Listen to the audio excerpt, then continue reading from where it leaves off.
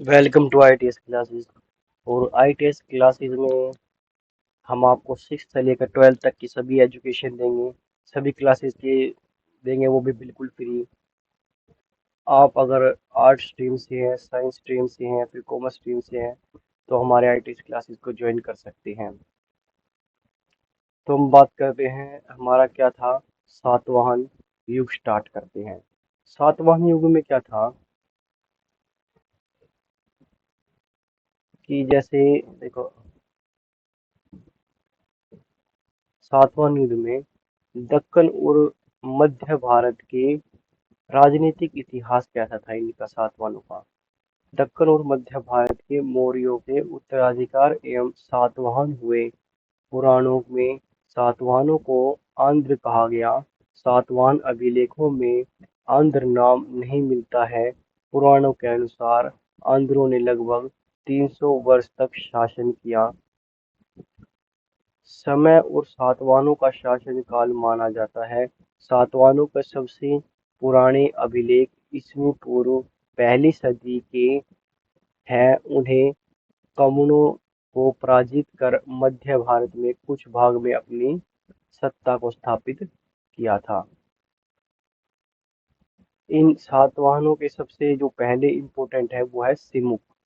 सिमुक ने क्या किया था। सातवाहनों की सिमुक जो है उनका शासन काल था 60 से लेकर 37।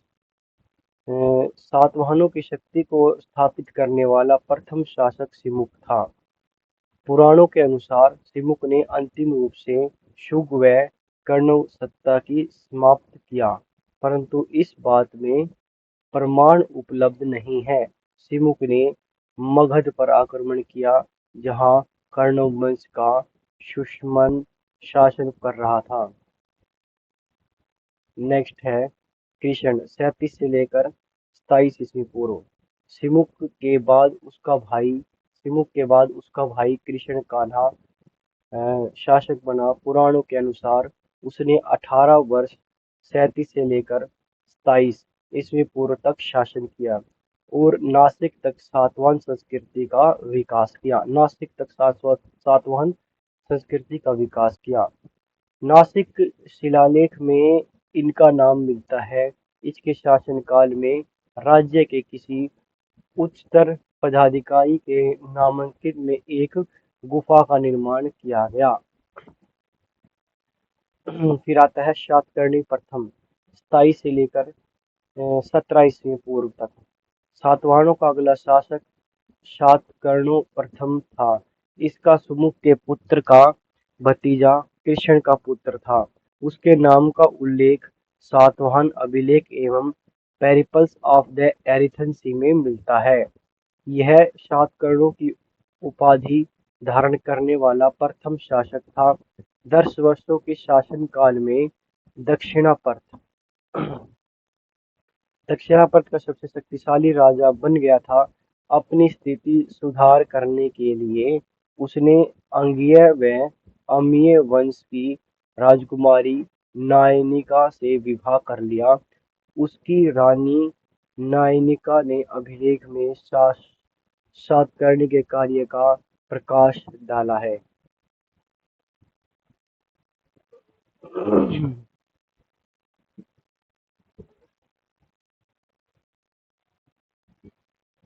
सातकर्णी प्रथम ने मालवा शैली की गोल मुद्राएं तथा अपनी पत्नी के नाम पर रजत मुद्राओं का प्रचलन किया। हाल 20 से लेकर 24। हाल इस वंश का 17वां राजा था। इसने प्राकृत भाषा में गथा सप्तशती नामक पुस्तक की रचना की। गथा सप्तशती नामक पुस्तक की रचना किसने की। गथा सप्तशती पुस्तक नाम की रचना की इसने की हाल में। और रचना की इसमें उनकी प्रे प्रेम गाथाओं का भी वर्णन है। इसके काल में उंडेक ने बृहदकथा कोश नामक ग्रंथ की रचना की थी।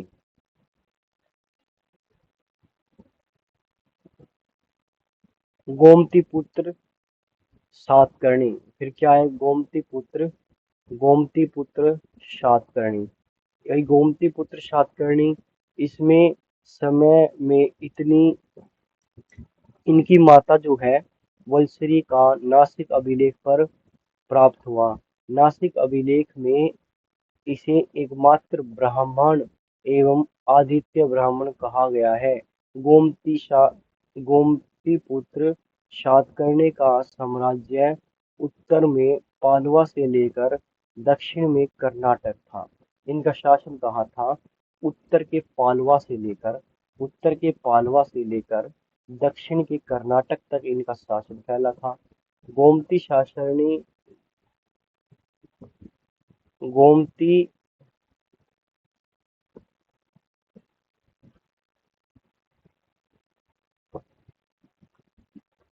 गोमती अपने आंध्र प्रदेश और औरंगाबाद जिले में गोमती नदी के किनारे पैठन या प्रतिष्ठान की स्थापना की थी। सौराष्ट्र काठियावाड़ में सतशास्त्र एवं रुद्रामन प्रथम जो है 130 से लेकर 150 में सातवाहनों को 2 बार पराजित किया। रुद्रामन ने के सातवाहनों को कितनी बार पराजित किया था? 2 बार पराजित किया, परंतु वैवाहिक संबंध के कारण इन्हें नष्ट नहीं किया। सातवाहनों को क्या नहीं किया? इन्हें नष्ट नहीं किया, क्योंकि रुद्रामन के वैवाहिक संबंध थे। उन्हें बौद्ध संघ की आजकालिय एवं कार्ले में भिक्षु संघ को कारज नामक ग्राम दिए थे। गोमतीपुत्र सातकर्णों एवं वेंकटन स्तंभ की उपाधियां धारण की थी एवं वेंकटम नगर नासिक जिले में स्थापित किया था। फिर एक आया था हमारा वशिष्ठी पुत्र पलूमावी 130 से लेकर 154। पुराणों में उनका नाम पुलोमा, सातकर्णी और टालमी के विवरण में भीरो पालिमो के रूप में मिलता है। मुद्राओं एवं अभिलेखों में नासिक, काले व अमरावती में भी इनका नाम मिलता है। संभवतः उसी ने नवगन की स्थापना की थी। उसमें भी महाराज दक्षिणा वैश्य की उपाधि धारण की, जिसमें उन्हें अमरावती लेख में मिलता है। आंध्र प्रदेश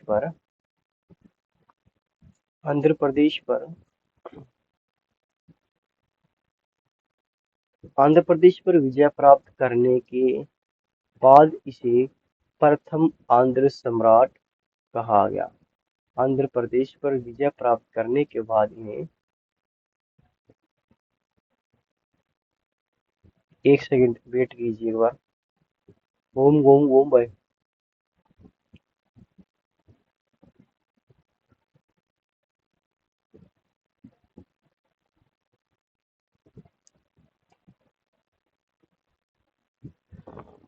फिर है यज्ञश्री सातकर्णी 165 से लेकर 194। सातवां शासक यज्ञश्री सातकर्णी का व्यापार और जल यात्रा का प्रेमी था। उसने सिक्कों में आंध्र प्रदेश, महाराष्ट्र में मध्य प्रदेश और गुजरात में पाए गए। इन सिक्कों का जहाज का चित्र और जलाशय और समुद्री व्यापार के लिए प्रसिद्ध एवं परिचय था। भौतिक संस्कृति के पहलू जो भौतिक संस्कृति के पहलू थे वे क्या क्या थे? देखो, ये भौतिक संस्कृति के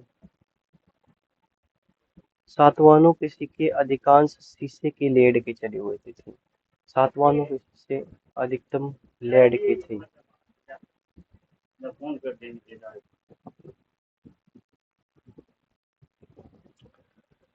कांसे की सिक्के का निर्माण किया गया था कारी मगन जिले में, आंध्र प्रदेश के पेड्डुबुर 200 से लगभग 200 ईस्वी पूर्व पक्की ईंटों के छतों में लगने वाले चिमटे छेदक खंभे का प्रयोग किया गया था। द्वितीय शताब्दी में ईंटों से बनी 22 कुएं भी इसी स्थल से प्राप्त हुए हैं। पिलनी पिल्ली ने लिखा है कि पूर्व दक्कन में आंध्र प्रदेश में लगभग सभी गांवों में अतिथि डोगरा में 30 नगर थे। अत्यधिक संख्या में मिले रोम और सातवाहनों में बढ़े हुए व्यापार के भी संकेत पाए गए हैं। फिर बात करते हैं जैसे कि सामाजिक संगठन उनका समाज कैसा था। सातवाहन दक्कन और ब्राह्मण जाति के थे। सातवाहन दक्कन ब्राह्मण जाति के थे। सबसे प्रसिद्ध एवं गोमती पुत्र सातकर्णी ने कहा है कि उसमें विंचित होता है चतुर्वर्ण में 4 वर्णों में व्यवस्था थी। जिस प्रकार ऋग्वेद में भी कितने वर्णों में थी, 4 वर्णों में व्यवस्था थी, उस प्रकार इसमें भी 4 वर्णों में व्यवस्था थी। में स्थापित किया गया वर्ण संस्कार वर्णों की जातियों में समेट को रोका गया। ब्राह्मणों को भूमि अनुदान का जागीर देने वाले प्रथम शासक सातवाहन थे। ब्राह्मणों को भूमि अनुदान देने वाले प्रथम जागीर शासक जो है वो सातवाहन थे, किंतु किंतु उन्होंने अधिकतर भूमि भूदान बौद्ध भिक्षुओं को दी थी। बौद्ध सबसे ज्यादा बौद्ध भिक्षुओं को उन्होंने जमीन दी थी। शिल्प और वाणिज्य में हुई प्रगति के फलस्वरूप इस काल में अनेक वाणिज्य और शिल्पी का उत्कर्ष हुआ। उन्होंने स्मारक व शिल्प पट्टियों का स्थापना की। शिल्प पट्टियों में गंधिकाओं का नाम दाता के नाम से मशहूर था। गं फिर है गंधिक। गंधिक गंधिक गंधिक वे शिल्पी कहलाते हैं जो इत्र आदि बनाते हैं। गंधिक देखो ध्यान से देखो कि गंधिक वे शिल्पकारी होते हैं जो इत्र आदि बनाते हैं। सातवाहनों की सामाजिक व्यवस्था में पितृ सत्तात्मक के साक्ष्य मिले हैं। पितृ सत्तात्मक के साक्ष्य मिले हैं, ठीक है। उनके उनके शासकों के नाम उनकी माताओं के नाम पर रखने की प्रथा थी। एवं गोमती पुत्र वशिष्ठ पुत्र आदि के नाम स्पष्ट है कि उनके